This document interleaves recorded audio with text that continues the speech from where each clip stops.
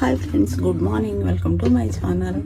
నేను ఒకటి చూపెడతాను, జున్ను పాలు. మీలో ఎంతమందికి ఇష్టం? నాకైతే చాలా ఇష్టం అనమాట. మా పాలు నేను ఎప్పుడో 2-3 సంవత్సరాల క్రితం మీ దగ్గర జున్ను పాలు ఉంటే తెచ్చియండి అని చెప్పాను. అప్పటి నుండి వాళ్ళ దగ్గర ఏ బర్రెలు ఈయన ఖచ్చితంగా అడగకుండా ప్రతిసారి తెచ్చిస్తుండు.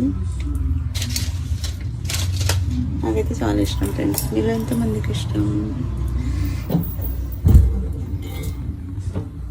బెల్లం వేసి చేస్తారా, చక్కెర వేసి చేస్తారా? మేమైతే ఇంతకుముందు బాగా ఉడకబెట్టి అదంతా వంపేసి చక్కెర వేసి తినేవాళ్ళం చిన్నప్పుడు. ఇప్పుడైతే అట్లనే నీళ్ళుంచి అందులో బెల్లం వేసి మిరియాల పొడి వేసి అట్లా తింటున్నారు కదా. నేను కూడా ఇప్పుడు అట్లే తింటున్నా. మిరియాల పొడి, ఇలాచి పొడి వేస్తే బాగానే ఉంటుంది. మంచిగా నీళ్ళు కూడా తాగితే బాగానే ఉంది. అది వరకు అయితే మా అమ్మ జలిగంటలో ఉడకబెట్టి ఎక్కువ ఇద్దరు కదా అప్పుడు ఊళ్ళల్లో ఉత్తేనే ఇచ్చేటోళ్ళు అప్పట్లో. ఇప్పుడు అమ్ముతున్నారు ఇవి, కానీ వాత మన ఊర్లలో ఎవ్వరు తినేటోళ్ళు కాదు. మేమైతే తినేటోళ్ళం.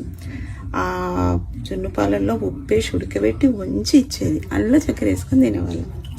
ఇప్పుడు దాన్ని ఉడకబెట్టి ఆ నీళ్ళలో చక్కెర వేసి బెల్లం వేసి ఇలాచి మిరియాల పొడి వేస్తారు కదా. ఇది ఒక టేస్ట్, ఇది బాగానే ఉంది. ఈ మధ్య ఇట్లానే చేస్తున్నాను నేను కూడా. Thank you for watching. జున్ను పాలు ఉడికిపోయినాయి. బెల్లము, ఒక 2 ఇలాచీలు, మిరియాల పొడి వేసేద్దాం. బెల్లం వేస్తే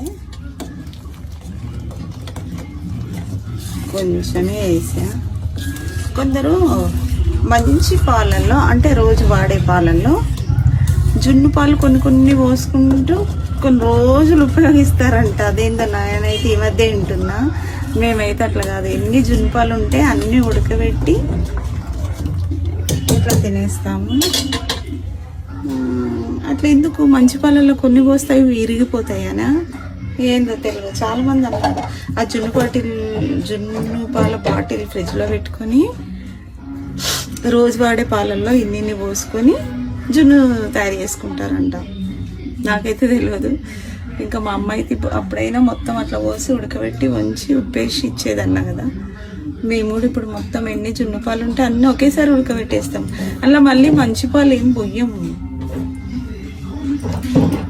ఓకేనా ఫ్రెండ్స్? ఎవరి టేస్ట్ వాళ్ళది. అట్లా కూడా చేస్తారా? అయితే చాలా రోజులు తినొచ్చు కదా. అన్ని మంచి పాలను కూడా వాళ్ళు కొట్టుకుంటూ అనుకున్నా నేను. Anyhow, okay, bye friends.